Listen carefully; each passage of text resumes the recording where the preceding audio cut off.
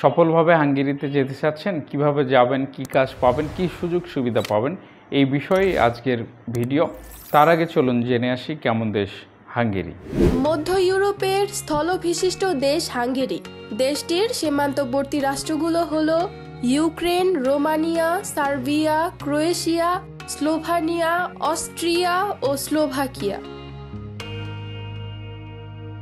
নবম শতকে রাশিয়ার দক্ষিণাঞ্চল ও কৃষ্ণ সাগরের তীরবর্তী মজর জাতিগোষ্ঠী অঞ্চলটিতে আসে। মজর জাতিগোষ্ঠীর বংশধর হিসেবে নিজেদের পরিচয় দেয় হাঙ্গেরীয়রা। কয়েক শতাব্দী ধরে ক্ষমতাধর রাজ্য হিসেবে বিরাজ করে হাঙ্গেরি।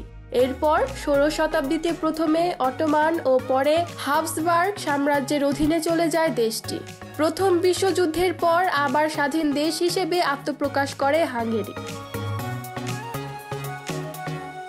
কয়েক দশক সমাজতান্ত্রিক ব্যবস্থায় থাকার পর উদারনৈতিক গণতান্ত্রিক রাষ্ট্র হিসেবে আত্মপ্রকাশ করে ইউরোপীয় ইউনিয়নের সদস্য হাঙ্গেরি। মধ্য ইউরোপের বৃহত্তম হ্রদ বালাটন অবস্থিত হাঙ্গেরিতে। এছাড়া বিপুল সংখ্যক স্পা টাউন রয়েছে দেশটিতে। হাঙ্গেরির রাষ্ট্রীয় নাম রিপাবলিক অফ হাঙ্গেরি। রাজধানী বুদাপেস্ট। আয়তন 93,030 বর্গ কিলোমিটার। জনসংখ্যা 97,80,000। ভাষা হাঙ্গেরীয়।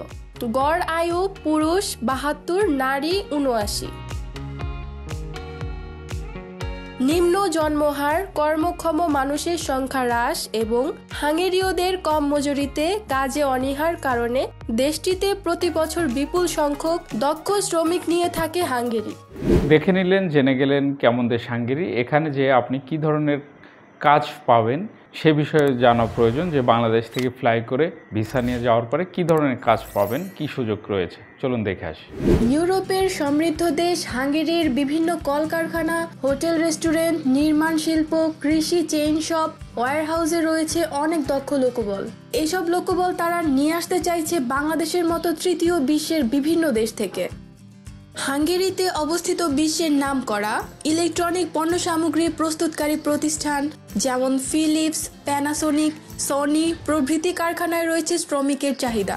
তেমনি বিশ্বের নামকরা অনলাইন সুপার শপ, অ্যামাজনের বিভিন্ন ওয়্যারহাউসগুলোতেও রয়েছে বিপুল পরিমাণে লোকের চাহিদা। এছাড়াও হাঙ্গেরির বিভিন্ন বার, রেস্টুরেন্ট এবং কফি শপগুলোর শূন্য পদে আপনি যোগদান করতে পারবেন অনায়াসে। জরুরি ভিত্তিতে হাঙ্গেরির কৃষি ক্ষেত্রে রয়েছে প্রচুর লোকবলের চাহিদা। আপনি দেখে নিলেন এখানে কি ধরনের কাজ রয়েছে। এবার জানা প্রয়োজন, এই কাজগুলো যদি আপনি করেন বৈধ কর্মী হিসাবে একটি কোম্পানিতে, তাহলে কি ধরনের সুযোগ সুবিধা পাবেন এবং বেতন স্যালারি লাভ করবেন, সে বিষয়ে ছোট্ট একটি ক্লিপস দেখাতে চাই, চলুন। হাঙ্গেরিতে বর্তমানে যোগ্যতা অনুযায়ী বেতন 1,000 থেকে 7,000 ইউরো। 5 দিন কাজ, 2 দিন ছুটি ছাড়া রয়েছে সরকারি বিভিন্ন দিবসের ছুটি। ওভারটাইমের সুযোগ তো রয়েছেই, সাথে পাবেন ফ্রি থাকা ও খাওয়ার সুবিধা।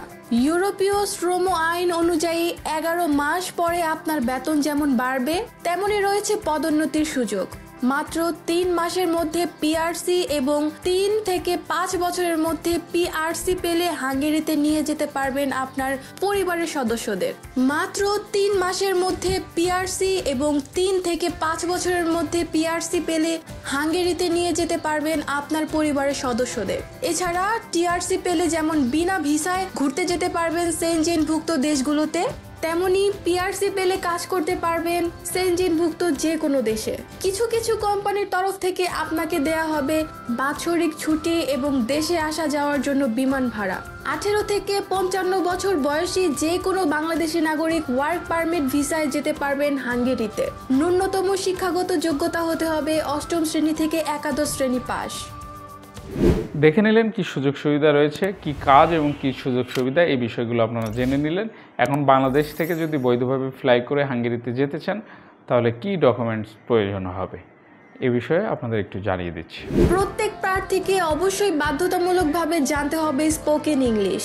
তবে ইংরেজি কম জানা প্রার্থীদের জন্য রয়েছে 3 মাসের ইংরেজি শেখার কোর্স। ডকুমেন্ট হিসেবে আপনার প্রয়োজন হবে ছবি, পাসপোর্ট, শিক্ষাগত যোগ্যতার সনদ ইংরেজিতে, অভিজ্ঞতার সনদ ইংরেজিতে, জন্ম সনদ ইংরেজিতে, ম্যারিটাল সার্টিফিকেট ইংরেজিতে, police clearance certificate, bank balance statement এবং বায়োডাটা।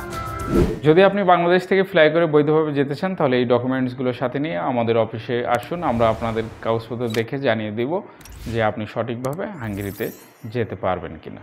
আরও জানতে স্ক্রিনে দেখানো নম্বরে ফোন করতে পারেন, আমরা আপনাকে সঠিক তথ্য দিয়ে সহযোগিতা করব ইনশাআল্লাহ। আজ বিদায় নিচ্ছি, আবারও দেখা হবে, কথা হবে নতুন কোনো দেশের নতুন বিষয় নিয়ে। সেই পর্যন্ত সকলে ভালো থাকবেন, ভালো রাখবেন। খোদা হাফেজ।